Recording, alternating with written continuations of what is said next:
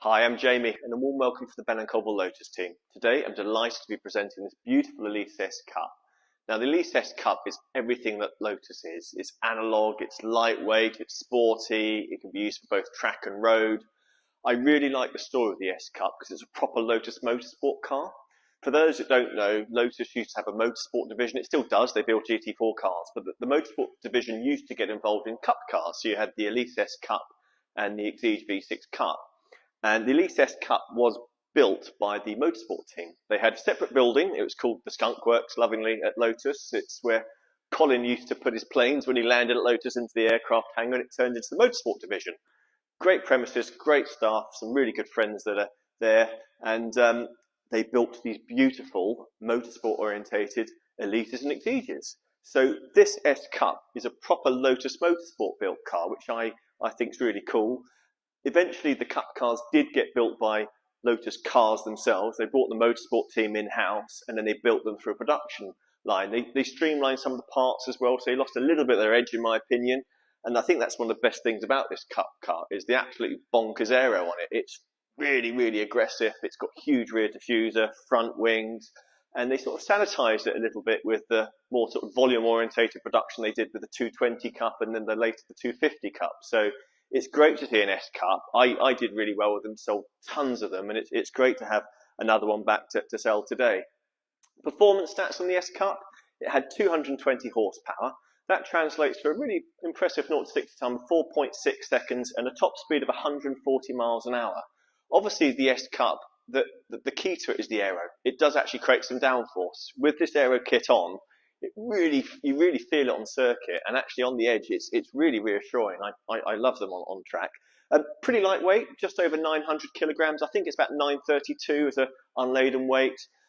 This particular example is a 15 plate. It's had 4 owners and has covered 36,000 miles, and it's for sale today at £36,995.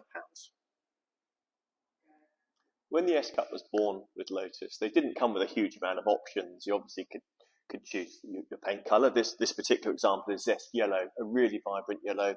Always suits Lotus cars. Lotus are famous for yellow cars. You've got the black pack on this car, so it's got satin black aero kit on the car. Other options were Alcantara interior, so this has got black Alcantara with silver contrast stitching. There was also the comfort pack, which this car has, which is some sound insulation, stereo. It's got central door locking, air conditioning. It's got driving lamps on the front of this car, which is helpful for high beam, and floor mats. Like a lot of the S Cups, the owners tend to tinker and upgrade and play with this, and this has a huge amount of upgrades to it, really important ones, which is part of the appeal why I wanted to buy this car, because the major things have been done. So it's got an AIM dash. People love the AIM dash. It's really good for driving. The dials are really vivid in the digital format. And it's also got a new clutch and lightweight flywheel fitted to it. The flywheel change has made a huge difference. It really picks up off the mark. It's got a Larini exhaust fitted. It's got the F12 air vents on it, which I love, a really nice aesthetic in the cabin. It's got a Momo quick release steering wheel. It's got floating 2-piece front brace discs, which are really helpful for driving on track. It reduces vibrations when you heavy brake. It's got a TRD air filter and airbox fitted to the car. It's had its air conditioning condenser replaced, because at this sort of age of car, that's roundabout when they fail, so that's actually been done. And when the air conditioning was done, a new radiator has been fitted, new alloy radiator, and upgrading cooling fans, which you'll be able to see through the front clam in a minute. It's had all these major updates, thousands spent, so the car is tip-top. It's in lovely condition, it drives beautifully, and we're really pleased to be able to offer it to our customers. Here at the front of this Lotus Elise S Cup, you've got the traditional Lotus headlamps. These have integrated daytime running lamps built into them. You've also got the driving lamps that I mentioned earlier. This is part of your high beam, and is really good for nighttime driving, really lights up the road. You'll notice it's got an S-Cut sun strip that's been fitted to this car. If you are above a certain height, you might want that removed, but it's a pretty handy thing.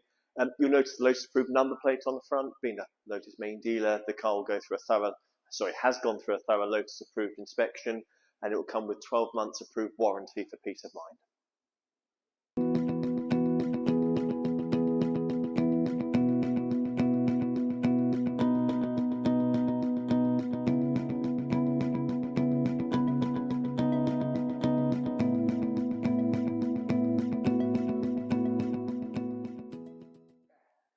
Coming to the corner of this Lotus Elise Cup, it's sat on black, lightweight forged alloy wheels.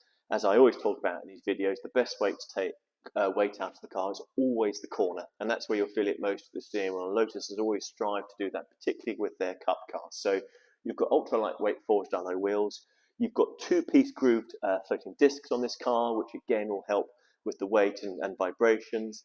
It's sat on a Bilstein damper platform with a sports setup with an IBAC spring. You've got a 2-pot AP caliper on the braking system. It's got R888 tyres, a really good all-round tyre for fast road and track use. Coming down the side profile of the car, more of the S-Cup aero. I love it. These side sills really aggressive, and they'll help protect against stone chips coming through to the rear quarter of the car. You've got upgraded carbon door mirrors, and with the S-Cups you've also got a hard top roof. Traditionally with Elises, they always come with a soft top and the hard top was optional, but with the S-Cup it's actually the other way around. The hard top was standard and the soft top was an option if you wanted to have. So this car does have a hard top, but it doesn't have a soft top with it. If you want to get a soft top, they're obviously readily available, but yeah, interesting bit of trivia there with the S-Cup. Going to the rear of this Lotus Elise S Cup, you've got the really aggressive rear diffuser. I love it. As I touched on earlier, they did sanitize it slightly with a 220 Cup, but the S Cups have this proper rear piece of aero, which is really cool. It's got the Larini exhaust, which is suitable for track days if that's what you're inclined to do. You've got the rear transom panel here on the S Cup. There was a Lotus decal here. It was starting to peel, so we've left it blank for now, but if you want a Lotus decal on, that will be put on no problems. You've got the rear wing on the S-Cup. One of the nice things about this rear wing is it's fixed into the bodywork. It's really rigid, it doesn't wobble. The Exige rear wing was mounted into the tailgate, so if you look in your rear view, in your side mirrors, you see it occasionally flap around, so it's not actually creating huge amounts of downforce, whereas this being fixed really does push the back end of the car down. Coming into the boot of the S-Cup now, you've got the 1.8 Toyota engine that produces 220 brake. Great engine, really reliable, nice and revvy, and you can really enjoy it. It's very spirited.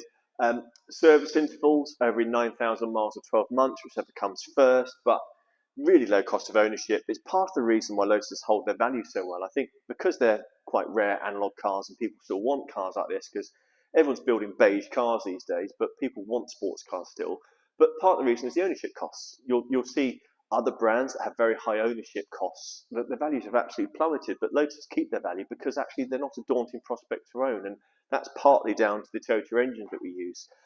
There is a bit of boot space. It's slightly more challenging to get through, so you need to get over the rear spoiler, but your traditional Elise boot, you've got space down the sides here.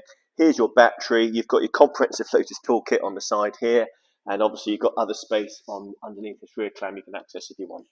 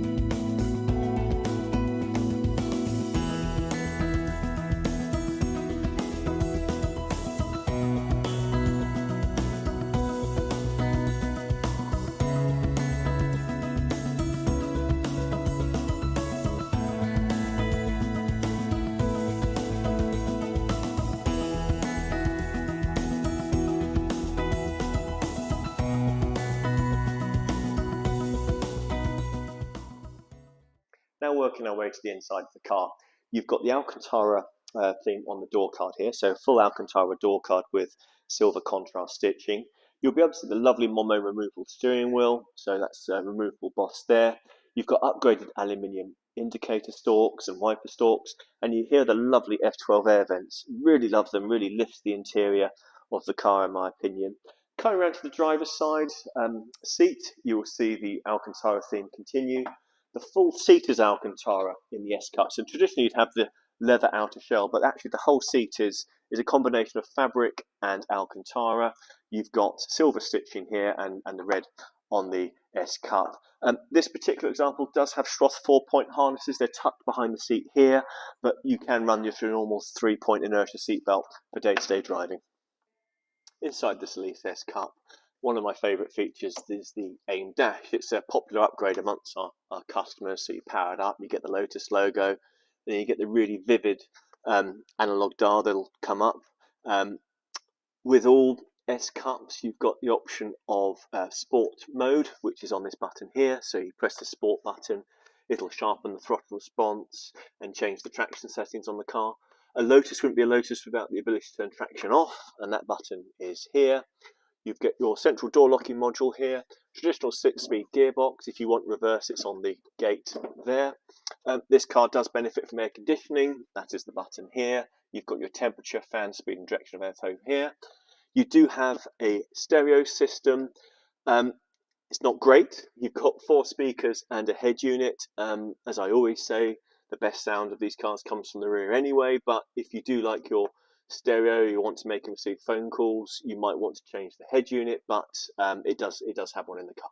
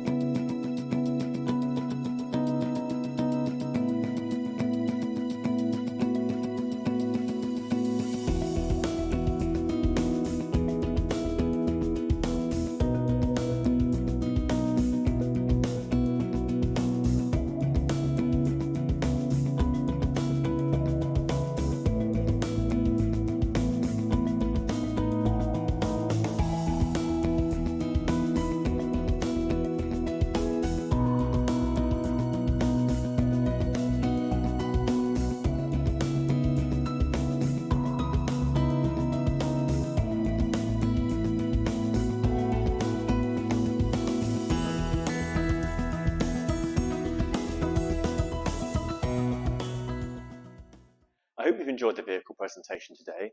If I or the sales team give any further assistance, please do get in touch. Our telephone number is 01483 281,000 and press option 1 for sales. Alternatively, click on the inquiry button below. We look forward to hearing from you. Thank you.